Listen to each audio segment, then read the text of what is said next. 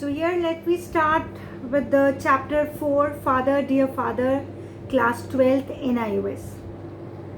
A young boy writes a letter in reply to the one he has received from his father. Let us see what he has to say. तो यहाँ पर एक बच्चा है, लड़का है, वो अपने पापा को लेटर का रिप्लाई करता है. लेट्स सी वो क्या लिख रहा है. डियर पापा, this is in answer to your letter about my transgression. Transgression होता है जब आपके ग्रेड्स लो हो जाते हैं, आप डिग्रेड हो जाते हैं. तो yes, my first rank slip to the second. पहले मैं फर्स्ट आता था, अभी सेकेंड आया हूँ. You advise that I should think before answering the papers.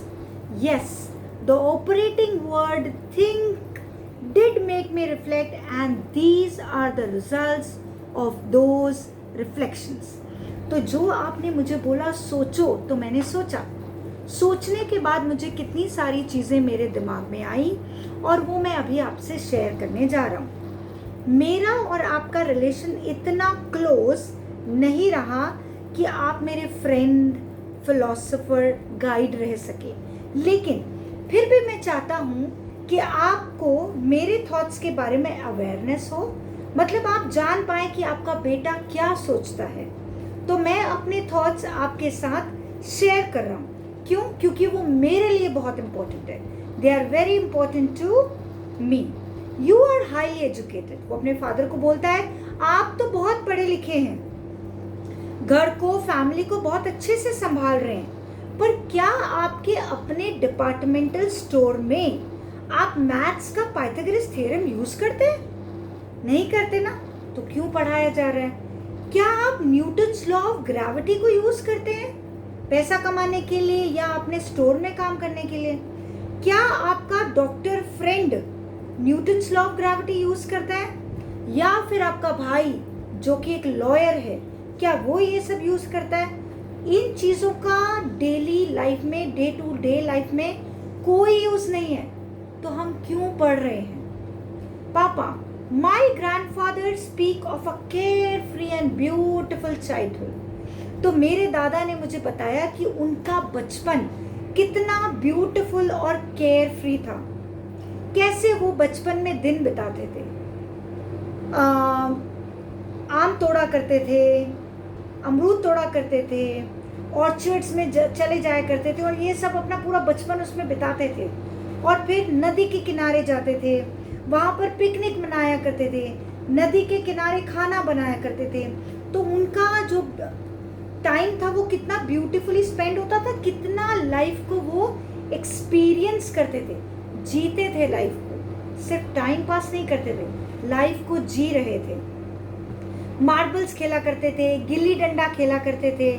तो उनकी बातों से तो ऐसा लगता है कि उन्होंने अपनी लाइफ में जो कुछ भी सीखा वो एक्सपीरियंसेस से सीखा है, अपनी लाइफ को जिया, उनको एक्सपीरियंस हुआ. फादर, इज ही फिबलिंग और is it possible that the world has turn टॉपसी टर्वी in just about 70 years? क्या वो झूठ बोल रहे हैं?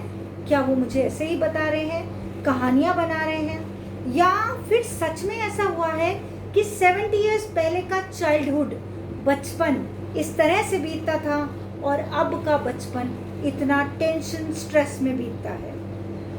My grand mother is semi literate.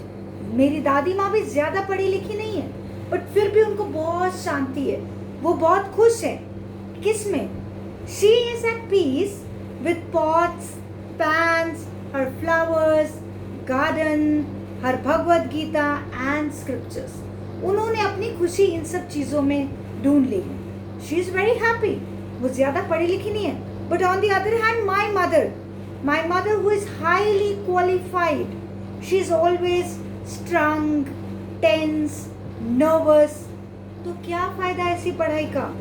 Do you think literacy makes us restless, afraid and frustrated? क्या आपको लगता है कि पढ़ाई लिखाई हमको क्या बना रही है? रेस्टलेस बना रही है. रेस्टलेस मीन्स हमें कोई पीस ऑफ माइंड ही नहीं है, हमें डरा रही है और हमें फ्रस्ट्रेट कर रही है. आगे क्वेश्चन वो पूछता है, which is more important, important क्या है, विजडम और नॉलेज? नॉलेज ज़रूरी है या विजडम ज़रूरी है? और हमारे एजुकेशन सिस्टम को हमारे साथ क्या करना चाहिए, कैसे हमको पढ़ाना चाहिए, हमारा फ्यूचर कैसे बनाना चाहिए? ओह पापा, last week my rose plant almost died. यहाँ वो एक स्टोरी बता रहा है, नॉट स्टोरी एक्चुअली, उसका अपना एक एक्सपीरियंस बता रहा है वो बच्चा अपने पापा को, कि मेरा जो रोज प्लांट था वो तो मुरझा गया। अब मुरझा गया तो मैं क्या करने गया, मैं अपनी बायोलॉजी की टीचर को जाकर पूछता हूँ कि ये क्यों मुरझा गया, क्या किया जाए इसको ठीक करने के लिए। तो बायो की टीचर मुझे जवाब क्या देती है, मुझसे क्यों पूछ रहे हो, उससे पूछो जिससे जाकर तुमने ये रोज प्लांट खरीदा, उसको मालूम होगा, मुझे तो नहीं मालूम है। तो वो ये सोचता है कि क्या फ़ायदा मेरा आर्किमिडीज प्रिंसिपल पढ़ने का, इतनी बड़ी पढ़ाई करने का, जो मुझे यही नहीं पता कि रोज प्लांट अगर मुरझा गया तो उसको ठीक कैसे करना है या उसको अवॉइड कैसे करना है, मुझे तो वो आता नहीं। मेरे लिए मैटर ये करता है कि प्लांट्स मेरे हेल्दी रहने चाहिए, पर वो तो नहीं रह रहे। So what is the use of my education? And when there is a fuse in my house, I should know how to do something. मेरे घर में जब फ्यूज हो गया, जब इलेक्ट्रिसिटी चली गई अचानक, तो मुझे उसे ठीक करना आना चाहिए था। मैं तो पढ़ाई कर रहा हूँ, फिजिक्स पढ़ रहा हूँ, बट मुझे तो नहीं आता है। तो then again what is the use of studying? क्यों पढ़ रहा हूँ मैं? मुझे क्या पढ़ना चाहिए कि कारपेंटर की टूल्स के साथ मैं अपना चेयर, टेबल, डेस्क कैसे बना सकूं, मुझे वो भी नहीं आता। उसके बजाय मैं क्या पढ़ रहा हूँ, मैथ्स में हाइपोटेन्यूस क्या होती है, स्क्वायर रूट्स कैसे फाइंड आउट करते हैं। मुझे क्या फ़ायदा ये सब पढ़ने का? एक बार मैंने अपनी दादी को पूछा, आप इतनी वाइज कैसे हैं, आप इतनी वाइज कैसे, इतनी समझदार कैसे हैं, आपने तो पढ़ाई लिखाई की नहीं है। तो दादी कहती है, मेरे एक्सपीरियंसेस से, मैं अपने एक्सपीरियंसेस से ये इतना विजडम मुझे मिला है। तो वो सोचता है बच्चा, आर वी लिविंग पापा और इज लाइफ बाय पासिंग अस? क्या हम जिंदगी जी रहे हैं या जिंदगी सिर्फ ऐसे टाइम पास हो रहा है और टाइम निकल रहा है और हमें लग रहा है कि हम पढ़ाई कर रहे हैं, हम बहुत कुछ सीख रहे हैं, लेकिन रियलिटी में ऐसा कुछ नहीं हो रहा है। What I fear is that if I were to meet Newton face to face, Newton ji से जब मैं कभी फेस टू फेस मिलूं, तो क्या मैं उन्हें पहचान पाऊंगा या क्या मैं उन्हें बता पाऊंगा कि उनकी एजुकेशन जो उन्होंने मुझे सिखाया, मुझे उससे क्या फ़ायदा हुआ?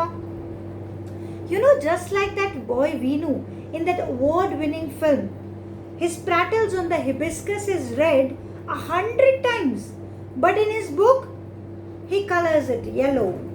Are we missing out the essence of life? पूरी मूवी जिसमें उसको अवार्ड मिलता है, उसमें वो ये बताता है 100 टाइम्स कि हिबिस्कस जो फ्लावर होता है उसका कलर रेड है, लेकिन वो जब अपनी बुक में ड्रॉ करता है तो उसको येलो ड्रॉ करता है। तो क्या उसने यही सीखा? क्या उसने एक important essence of life miss नहीं कर दिया? एनीवेज पापा, do you know where I lost this quarter mark that brought about my fall? क्या आपको पता है ये छोटा सा 0.25 मार्क्स मेरा कहाँ कट हो गया, जिससे मेरे को सेकंड पोजीशन मिल गई? ग्रामर था, ग्रामर में लिखना था, मैंने लिखा था I was invited to tea, but मेरी टीचर बोल रही थी लिखना चाहिए था he was invited for tea. So there was a little grammar difference. Sentence दोनों सही थे, लेकिन मैडम ने मुझे मार्क्स नहीं दिए, तो मेरा फर्स्ट ग्रेड स्लिप होकर सेकंड ग्रेड में आ गया। पर क्या फ़र्क पड़ता है, आप जो भी बोलोगे मुझे तो वो पढ़ना है। अगर आप बोलो George Bush president of India, it will have to be. अगर आप बोलो sun rises in the west, तो भी मुझे मानना पड़ेगा। अगर आप बोलो अर्थ फ्लैट है, तो भी मुझे मानना पड़ेगा। अगर किताबों में ये लिखा है तो मुझे मानना पड़ेगा।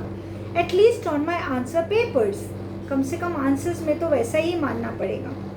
My first rank is at stake, you see. Still my dearest papa, I shall keep your advice in my mind and try not to lose any quarter mark. पर आपके एडवाइस को मैं अपने ध्यान में रखूँगा और ये पूरी कोशिश करूँगा कि मेरा ये क्वार्टर मार्क 0.25 मार्क्स भी जहाँ मेरा डिडक्ट हुआ है वो ना हो. As always, yours ever obedient son Rahul. और एंड में लिखते हैं, your eyes will not see this anguished plea, my father. आपकी आंखें शायद ये लेटर पढ़ने के बाद भी देख नहीं पाएंगी कि मेरे अंदर कितना एंग्विश है, मैं कैसा फील कर रहा हूँ, ये लेटर मैंने क्यों लिखा है. Just only to lighten my overburdened heart. मेरे जो दिल पे बोझ था वो मैंने इस लेटर में लिखकर थोड़ा लाइट करने की कोशिश की है. It is not all about arteries and muscles. ये जो दर्द हो रहा है वो मेरे मसल्स में, बॉडी में, मेरे दिल में इस तरह से नहीं हो रहा कि मुझे कोई हार्ट अटैक होने वाला है. Not like that. बट ये मुझे फील हो रहा है इमोशनली. ये मुझे इतना दर्द हो रहा है कि मुझे ये फील हो रहा है. बट शायद मेरे लेटर से आप इस दर्द को समझ नहीं पाएंगे. So this was the chapter letter to father dear papa. I hope आपको समझ में आया होगा. Thank you so much.